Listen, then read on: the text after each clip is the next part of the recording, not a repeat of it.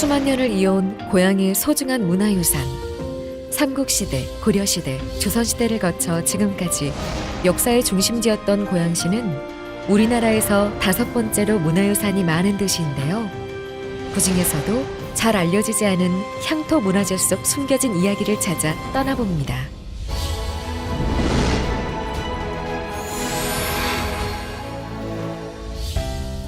고양시 일산 지역에서 가장 높은 산, 고양시의 고자가 이 고봉현에서 유래됐다고 하죠. 오늘은 고봉산 기슭으로 가봅니다. 고봉산 아름마을에서 태어난 훌륭한 인물을 만나볼까요? 고봉산 기슭의 동양으로 위치한 이 묘소의 주인, 모당 홍희상 선생인데요. 고양시 일산 지역을 대표하는 산이 제 뒤쪽에 있는 고봉산입니다. 그 고봉산 아래에 풍산 홍씨의 묘역이 자리 잡고 있는데요. 이 묘역 앞쪽으로 아버지 모당 홍희상 선생님의 묘소, 그리고 그 아들 쪽으로 홍영, 그 왼쪽으로 손주로 해서 이 산맥의 기가 북한산으로 연결되어져 있습니다.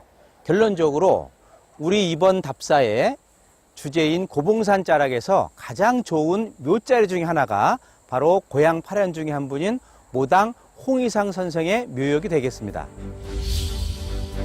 부인의 무덤이 나란히 있고 묘 앞에는 묘비, 상석, 향로석이 있으며 그 좌우에는 망주석, 문인석이 서 있습니다. 묘소 아래 신도비는 인조 8년인 1630년에 건립됐는데요.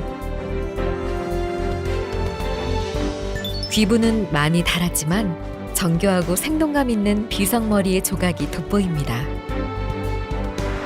임진왜란 무렵 왕을 호위하는 중요 직책을 맡기도 했던 홍희상 선생.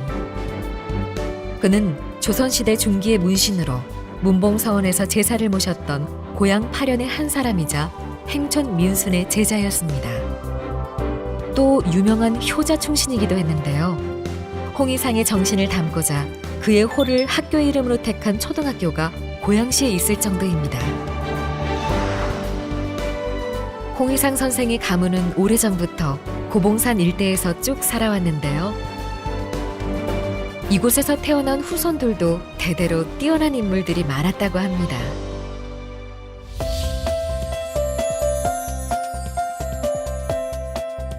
고봉산 기슭에 위치한 일산 동구 성석동. 이곳에 진밭이라는 마을이 있는데요. 진밭마을에는 오랜 자랑이 하나 있습니다. 바로 고양 지역 유일 토박이 농악인 진박 두레패가 그 주인공. 2019년이면 100주년을 맞이한다고 합니다. 우리나라 농촌 마을은 예로부터 서로 일손을 도와주는 두레라는 공동체가 있었습니다. 힘든 농사일에 흥을 돋우거나 경사스러운 날에는 농악을 즐겼었죠.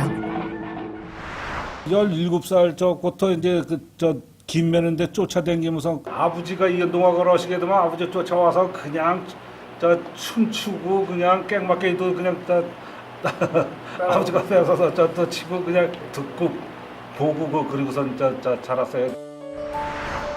과거 진밭마을 농민들이 부르던 노랫가락과 춤이 발달해 두레패 농악이 되었고 주민들의 노력으로 지금까지 그 명맥이 이어지고 있습니다. 1919년으로 들어서 알고 있습니다. 그래서 내년도가 100주년입니다. 독립만세 운동을 계기로 재결성이 됐다고 합니다. 그 전에는 태극기가 별로 가정마다 없었습니다. 없을 때라서 농기에다 태극기 달고 나갔다고 그래요. 그래서 지금도 태극기를 달고 있는 원인입니다. 진밭 두레패 농악의 가락은 1채부터 12채 가락까지 다양한 변형 가락을 갖추고 있는데요. 1, 2, 3채 가락은 춤가락이며 자진몰이 가락에서 율동을 합니다. 다른 농악대에는 쉽게 볼 수 없는 재금이 있고 법구의 숫자가 많은 것이 특징입니다. 진밭 두레패의 기본 공연 종목은 7가지. 7가지 공연 방식이 각자 따로따로가 아니라 장소나 상황, 목적에 따라 바뀌는데요. 진밭 두레는 우렁차고 꺾임이 뛰어난 것이 특징. 장구, 부, 소리 등 각 분야 제비들의 열정이 정말 대단합니다. 각종 대회에서 수상을 할 만큼 뛰어난 실력을 가진 진밭 두레패. 지금도 매년 정월 대보름 행사, 고향 민속예술제 등에 참가해 마을의 오랜 전통 문화를 이어가고 있습니다.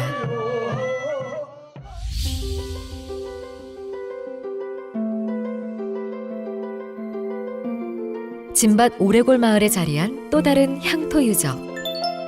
조선의 두 번째 왕 정종의 4대손 개원군의 묘소인데요. 개원군은 왕족이지만 욕심을 채우기보단 학문에 전념했고 제자가 200명 가까이 될 정도로 명망 있는 학자였습니다. 조선 왕족의 멋진 신도비를 살펴볼까요? 묘에서 70m 아래 위치한 신도비는 1582년 건립됐는데요. 그의 벼슬을 나타내는 정이품 승원대부가 적혀 있고 앞면에는 그의 시호가 새겨져 있습니다. 아버지 백성군의 묘소 바로 아래 위치한 그의 무덤. 부인인 민씨묘와 사이좋게 쌍분을 이루고 있는데요. 묘 앞에는 3개의 묘비와 상석, 장명등, 망주석, 문인석이 세워져 있습니다. 뒤쪽에 백성군 아버님 묘소가 있고요. 그 아래쪽에 개원군 선생님 묘소가 있고 다시 그 뒤쪽으로는 개원군의 아드님의 묘소가 있어서 3대가 나란히 앉아져 있는 자리고요. 이곳을 바라보면 북한산이 보이는데 이렇게 북한산을 보고 함부로 능을 쓰거나 무덤을 쓸 수가 없습니다. 요 앞쪽에 있는 대리석으로 만든 묘비, 저쪽에 화강석으로 만든 부인의 묘비, 이런 점에서 조선 왕실의 모습을 착실히 볼 수 있는 그런 문화유산이라 할 수 있습니다. 신도비 바로 옆에는 벽오자라는 사당이 있는데요. 개원군의 후손들이 지금도 그 선조들의 제사를 올리고 있습니다.